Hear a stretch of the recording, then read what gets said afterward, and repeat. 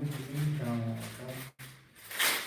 یا سری رو بکنم آتمانا تو خوشون لب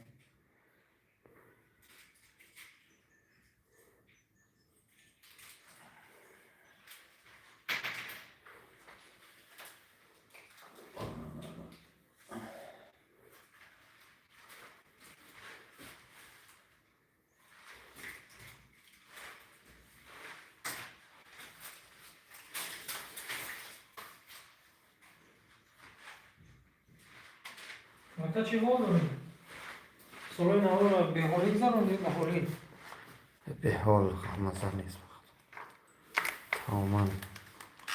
هیچی نفهمیدیم چی خیلی است یا توچکه درک نقلا میدونی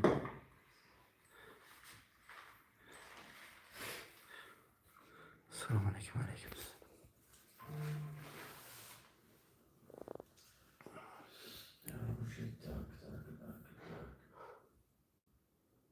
سلام علیکم خدا ستینجی خدا خیرتون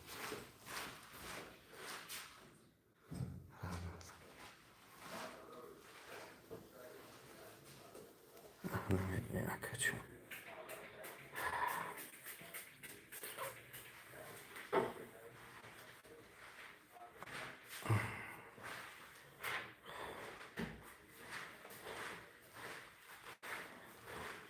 بیا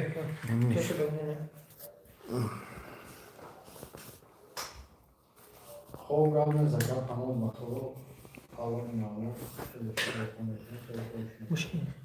مشکل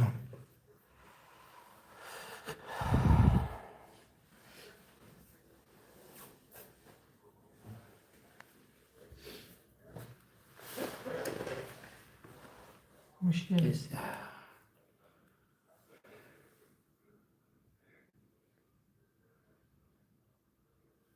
موجود کنه هر دانتر نمیشه دانجه لا باید بگو دیگه چی رو برادرم یا